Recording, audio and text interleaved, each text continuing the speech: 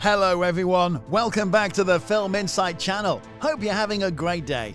Make sure to sit back and relax because in today's video we'll cover some more Hell's Kitchen contestants and reveal how they're doing now. By the way, these are the contestants that ranked 18th on the show.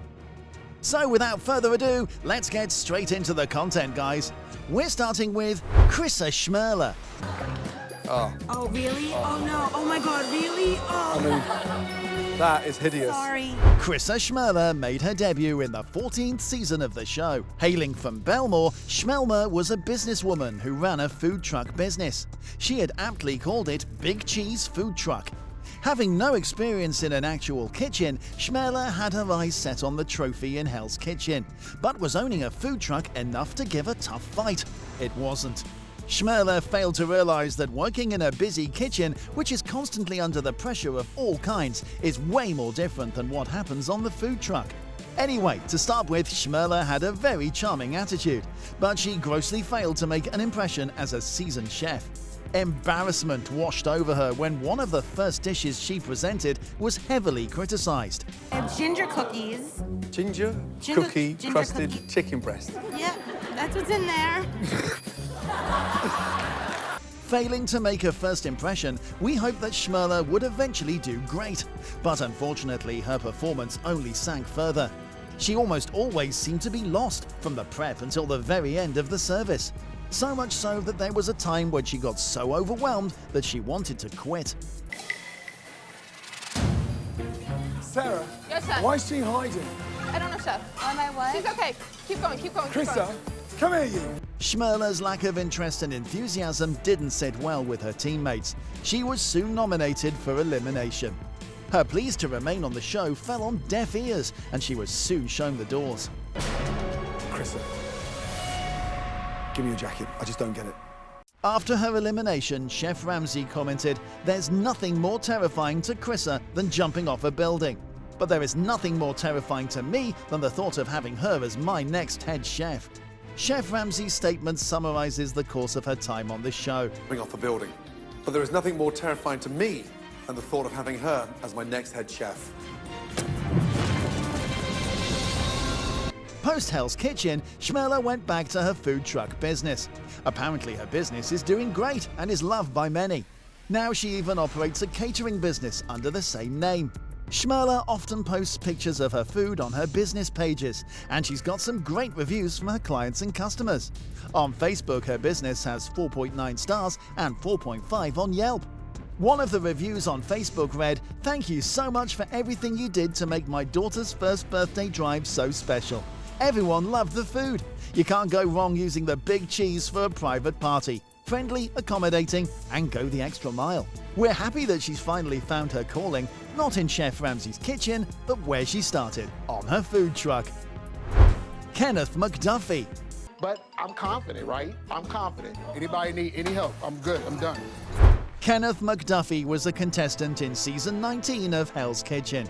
At the time, the Philadelphian was a private chef with over 15 years of kitchen experience.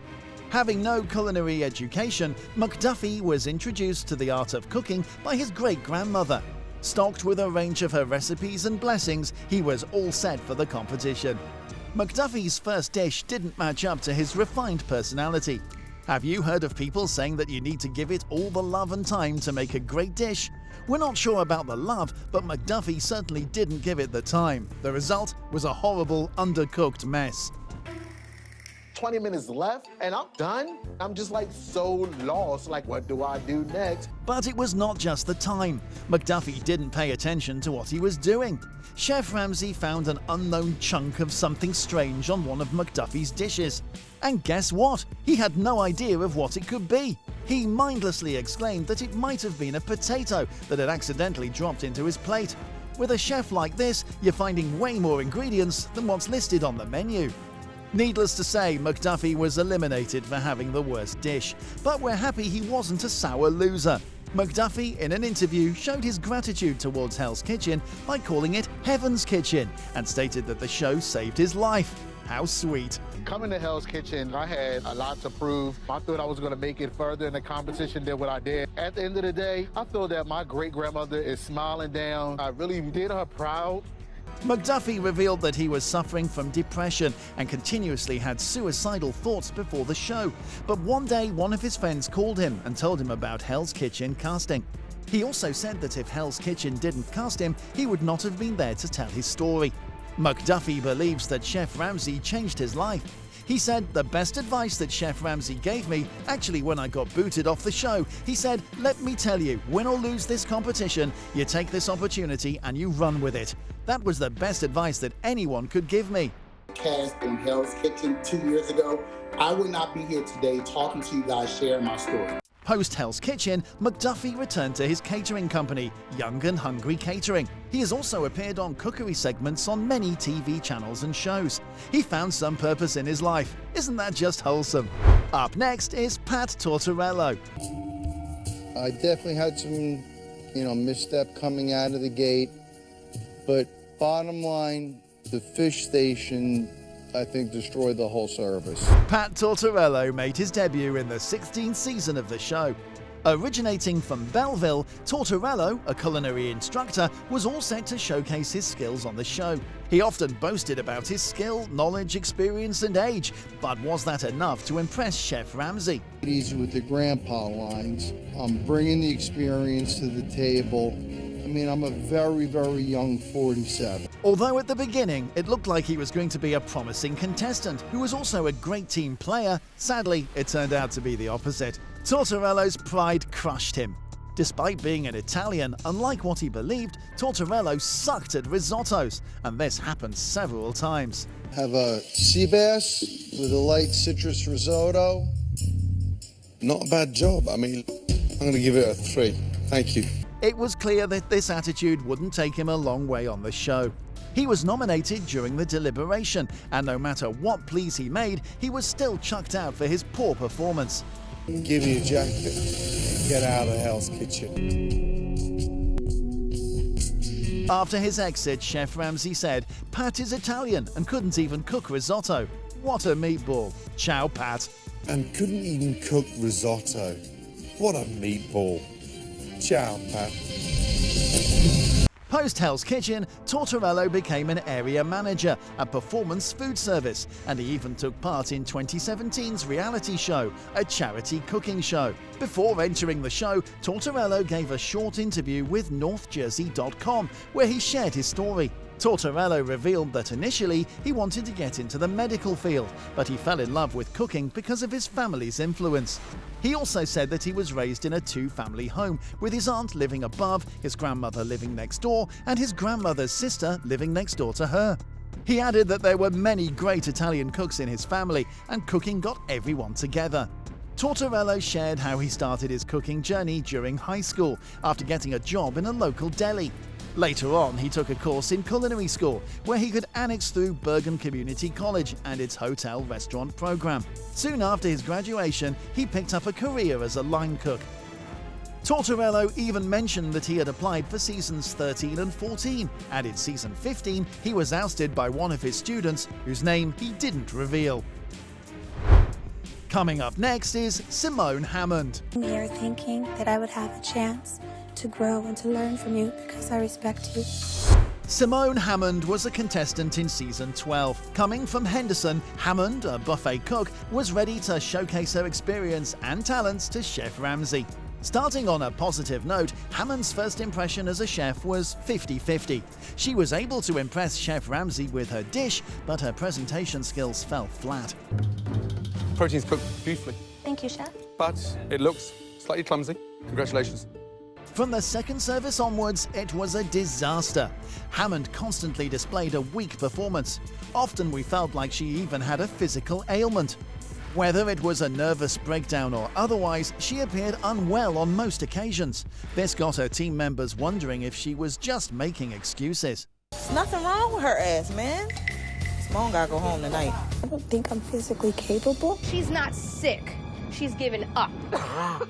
She probably realized that she was making a fool of herself on the show and expressed her feelings about quitting. Naturally, during the deliberations, Hammond was nominated. She asserted that she wanted to learn from Chef Ramsay and grow as a chef. But when the time came to announce the eliminations, Hammond interrupted and pleaded to go home. My decision is... It's It's okay, Chef, I can go. After leaving, Chef Ramsay commented, "Hell's Kitchen is about making someone's wish come true." Simone wished to leave Hell's Kitchen. That's an easy one. Wish granted. Hell's Kitchen is about making someone's wish come true. Simone wished to leave Hell's Kitchen. That is an easy one. Wish granted.